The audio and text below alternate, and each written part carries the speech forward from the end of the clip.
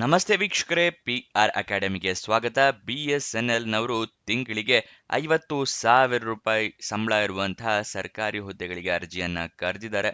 ಇದರ ಬಗ್ಗೆ ಸಂಪೂರ್ಣ ಮಾಹಿತಿಯನ್ನ ತಿಳಿಸ್ಕೊಡ್ತೀನಿ. ಅದಕ್ಕಿಂತ ಮುಂಚೆ ನಮ್ಮ ಚಾನಲ್ ಸಬ್ಸ್ಕ್ರೈಬ್ ಆಗಿಲ್ಲ ಅಂದ್ರೆ ಇವಾಗಲೇ ಸಬ್ಸ್ಕ್ರೈಬ್ ಆಗಿ ಪ್ರತಿದಿನ ಈ ಥರ ಜಾಬ್ ಡೀಟೇಲ್ಸ್ ಪಡ್ಕೊಳ್ಳಿ. ಇವಾಗ ವಿಡಿಯೋನ ಶುರು ಮಾಡೋಣ. BSNL ಅಂತ ಹೇಳಿದ್ರೆ ಭಾರತ್ ಸಂಚಾರ್ ನಿಗಮ್ ಲಿಮಿಟೆಡ್ನವರು ಹುದ್ದೆಗಳಿಗೆ ಅರ್ಜಿಯನ್ನ ಕರೆದಿದ್ದಾರೆ. ಯಾವ ಹುದ್ದೆ ಅಂತ ನೋಡಿದ್ರೆ ಸೀನಿಯರ್ ಎಕ್ಸಿಕ್ಯೂಟಿವ್ ಟ್ರೈನಿ ಹುದ್ದೆ ಇದಾಗಿದೆ. ಟೋಟಲ್ 120 ಹುದ್ದೆ ಖಾಲಿ ಇದೆ. ಉದ್ಯೋಗ ಸ್ಥಳ ಅಖಿಲ ಭಾರತದಲ್ಲಿ ಈ ಹುದ್ದೆಗಳು ಖಾಲಿ ಇರುತ್ತೆ. ಸ್ಯಾಲ್ರಿ ಎಷ್ಟಿದೆ ಅಂತ ತಿಳ್ಕೊಳ್ಳೋದಿದ್ರೆ 24,900 ರೂಪಾಯಿಂದ ಹಿಡಿದು 50,500 ರೂಪಾಯಿ ತನಕ ತಿಂಗಳಿಗೆ ಸ್ಯಾಲ್ರಿ ಇರುವಂತಹ ಜಾಬ್ ಇದಾಗಿರುತ್ತೆ. ನೆಕ್ಸ್ಟ್ ಯಾವ್ಯಾವ ಹುದ್ದೆ ಎಷ್ಟೆಷ್ಟು ಖಾಲಿ ಇದೆ ಅಂತ ತಿಳ್ಕೊಳ್ಳೋದಾದ್ರೆ ಸೀನಿಯರ್ ಎಕ್ಸಿಕ್ಯೂಟಿವ್ ಟ್ರೈನಿ ಟೆಲಿಕಾಂ ಡಿಪಾರ್ಟ್ಮೆಂಟ್ನಲ್ಲಿ 95 ಹುದ್ದೆ ಇದೆ. ಅದೇ ಫೈನಾನ್ಸ್ ಡಿಪಾರ್ಟ್ಮೆಂಟ್ನಲ್ಲಿ 25 ಹುದ್ದೆ ಇದೆ. ಟೋಟಲ್ 120. ನೆಕ್ಸ್ಟ್ ಇದರ ಸೆಲೆಕ್ಷನ್ ಪ್ರೋಸೆಸ್ನ ವಿವರ ತಿಳ್ಕೊಳ್ಳೋದಾದ್ರೆ ರಿಟರ್ನ್ ಎಕ್ಸಾಮಿನೇಷನ್ ಇರುತ್ತೆ. ರಿಟರ್ನ್ ಕಾಂಪಿಟೇಟಿವ್ ಎಕ್ಸಾಮ್ ಇರುತ್ತೆ. ಕಂಪ್ಯೂಟರ್ ಬೇಸ್ಡ್ ಆಗಿರುತ್ತೆ ಇದು. ನೆಕ್ಸ್ಟ್ ಇಂಟರ್ವ್ಯೂ ಇರುತ್ತೆ, ಅಂದ್ರೆ ಸಂದರ್ಶನ ಇರುತ್ತೆ. ಇದಿಷ್ಟು ಸೆಲೆಕ್ಷನ್ ಪ್ರೋಸೆಸ್ನ ವಿವರ. ನೆಕ್ಸ್ಟ್ ನೀವು ಅರ್ಜಿಯನ್ನ ಹೇಗೆ ಹಾಕೋಬೇಕು ಅಂತ ಹೇಳಿದ್ರೆ ಆನ್ಲೈನ್ ಮುಖಾಂತರ ನೀವು ಅರ್ಜಿಯನ್ನ ಹಾಕೋಬೇಕಾಗತ್ತೆ. ಆನ್ಲೈನ್ ಮುಖಾಂತರ ನೀವು ಅರ್ಜಿ ಹಾಕೊಳ್ಳೋಕ್ಕೂ ಮುಂಚೆ ಒಂದ್ಸಲ ನೋಟಿಫಿಕೇಶನ್ನ ಸಂಪೂರ್ಣವಾಗಿ ಓದ್ಕೊಳ್ಳಿ. ಏನೇನು ಎಲಿಜಿಬಿಲಿಟಿ ಕ್ರೈಟೀರಿಯಾ ಇದೆ ಅಂತ ತಿಳ್ಕೊಂಡ ನಂತರ ಅರ್ಜಿಯನ್ನ ಹಾಕೊಳ್ಳಿ. ಈ ನೋಟಿಫಿಕೇಶನ್ ಹೇಗೆ ಡೌನ್ಲೋಡ್ ಮಾಡಬೇಕು ಮತ್ತೆ ನಿಮಗೆ ಅಪ್ಲಿಕೇಶನ್ ಲಿಂಕ್ ಇದೆರಡನ್ನೂ ಕೂಡ ನಿಮಗೆ ತಿಳಿಸ್ಕೊಡ್ತೀವಿ ಇದೇ ವಿಡಿಯೋದಲ್ಲಿ ಮುಂದೆ. ನೆಕ್ಸ್ಟ್ ಆನ್ಲೈನ್ ಅಪ್ಲಿಕೇಶನ್ನಲ್ಲಿ ಇಮೇಲ್ ID ಮೊಬೈಲ್ ನಂಬರ್ನ ಕರೆಕ್ಟಾಗಿ ಹಾಕಿ. ನಿಮ್ಗೇನಾದರೂ ಜಾಬ್ ಸಿಕ್ಕರೆ ಇಮೇಲ್ ಅಥವಾ SMS ಮುಖಾಂತರ ಅವರು ತಿಳಿಸ್ಕೊಡ್ತಾರೆ. ಯಾವ್ಯಾವ ಡಾಕ್ಯುಮೆಂಟ್ಸ್ ರೆಡಿ ಇಟ್ಕೋಬೇಕು ಅಂತ ಹೇಳ್ತಾ ಇದ್ದೀನಿ.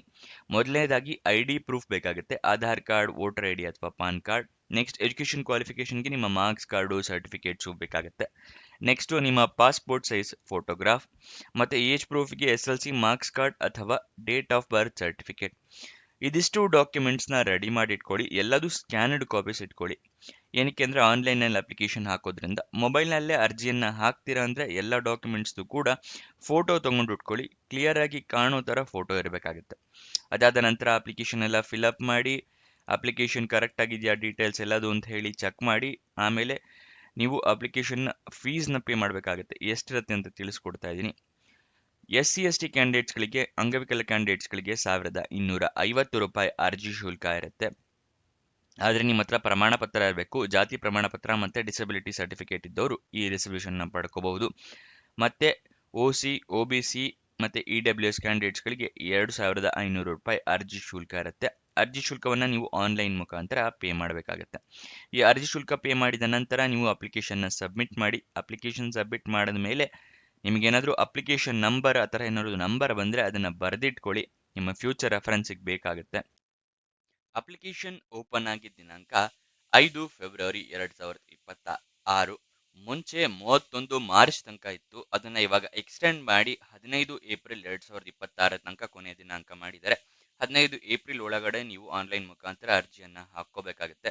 ಇವಾಗ ನಿಮಗೆ ಎಕ್ಸ್ಟೆಂಡೆಡ್ ನೋಟಿಫಿಕೇಶನ್ ತಿಳಿಸ್ಕೊಡ್ತಾ ಇದ್ದೀನಿ. ಇಲ್ಲಿ ಎಕ್ಸ್ಟೆಂಡೆಡ್ ನೋಟಿಫಿಕೇಶನ್ ಅಂತಿದೆಯಲ್ಲ ಅದರ ಪಕ್ಕದಲ್ಲೇ ಕ್ಲಿಕ್ ಹೇರ್ ಅನ್ನೋದನ್ನ ಕ್ಲಿಕ್ ಮಾಡಿ ನಿಮಗೆ ಎಕ್ಸ್ಟೆಂಡೆಡ್ ನೋಟಿಫಿಕೇಶನ್ ಓಪನ್ ಆಗುತ್ತೆ.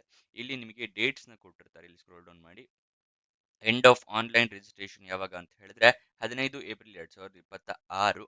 ಮತ್ತೆ date and time of start of application editing period ಅಂದ್ರೆ ನಿಮಗೆ ಅಪ್ಲಿಕೇಶನ್ ಎಡಿಟ್ ಮಾಡೋಕ್ಕೆ ಕಾಲಾವಕಾಶ ಕೊಟ್ಟಿರ್ತಾರೆ. 1 ದಿನಗಳ ಕಾಲಾವಕಾಶ ಇರುತ್ತೆ. 16 ಏಪ್ರಿಲ್ ತನಕ ನೀವು ಆ ಅವಧಿಯಲ್ಲಿ ನೀವು ಅಪ್ಲಿಕೇಶನ್ನ ಎಡಿಟ್ ಮಾಡಬಹುದಾಗಿರುತ್ತೆ.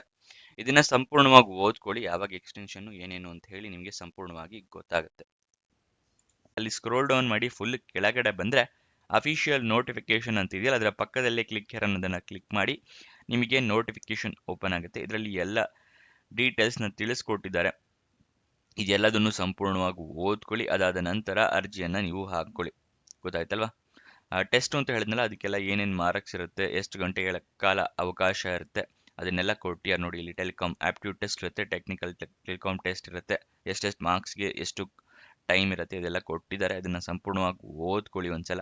ಅದಾದ ನಂತರ ಅಪ್ಲಿಕೇಶನ್ ಹಾಕೋದಕ್ಕೆ ಅದರ ಕೆಳಗಡೆನೆ ಅಪ್ಲೈ ಆನ್ಲೈನ್ ಅಂತ ಹೇಳಿ ಲಿಂಕ್ನ ಕೊಟ್ಟಿದ್ದೀವಿ. ಅದನ್ನು ಕ್ಲಿಕ್ ಮಾಡಿ ನಿಮಗೆ ಈ ರೀತಿ ಪೇಜ್ ಓಪನ್ ಆಗುತ್ತೆ. ಸಿಲೆಬಸ್ ತಿಳ್ಕೊಬೇಕು ಅಂದರೆ ಇಲ್ಲಿ ಸಿಲೆಬಸ್ ಅಂತಿದೆಯಲ್ಲ ಇದನ್ನು ಕ್ಲಿಕ್ ಮಾಡಿ. ಎಕ್ಸಾಮ್ ನೋಟಿಫಿಕೇಶನ್ಗೆ ಇದನ್ನು ಕ್ಲಿಕ್ ಮಾಡಿ. ಸಿಲೆಬಸ್ನ ತೋರಿಸ್ತಾ ಇದ್ದೀನಿ ನೋಡಿ, ಈ ಥರ ಇರುತ್ತೆ ಸಿಲೆಬಸ್ಸು. ಇದನ್ನ ಸಂಪೂರ್ಣವಾಗಿ ಓದ್ಕೋಬಹುದು ನೀವು. ನೆಕ್ಸ್ಟ್ ನೀವು ಅಪ್ಲೈ ಮಾಡೋದಕ್ಕೆ ಇಲ್ಲಿ ರಿಜಿಸ್ಟ್ರೇಷನ್ ಲಿಂಕ್ ಅಂತಿದೆಯಲ್ಲ, ಇದನ್ನ ಕ್ಲಿಕ್ ಮಾಡಿ. ಆ ಥರ ಕ್ಲಿಕ್ ಮಾಡಿದ್ರೆ ಈ ರೀತಿ ಒಂದು ಪೇಜ್ ಓಪನ್ ಆಗುತ್ತೆ. ಇಲ್ಲಿ ಅಪ್ಲೈ ನಾವ್ ಅಂತಿದೆಯಲ್ಲ, ಇದನ್ನ ಕ್ಲಿಕ್ ಮಾಡಬೇಕು. ಗೊತ್ತಾಯ್ತಲ್ವಾ? ಅದಕ್ಕಿಂತ ಮುಂಚೆ ನಿಮಗೆ ಇದನ್ನು ತೋರಿಸ್ತಾ ಇದ್ದೀನಿ. ಅಡ್ಮಿಟ್ ಕಾರ್ಡ್ನ ಅನೌನ್ಸ್ ಮಾಡಿದಾಗ ಇಲ್ಲಿ ಲಿಂಕ್ ಕೊಡ್ತಾರೆ. ಗೊತ್ತಾಯ್ತಲ್ವಾ? Links will appear here once released.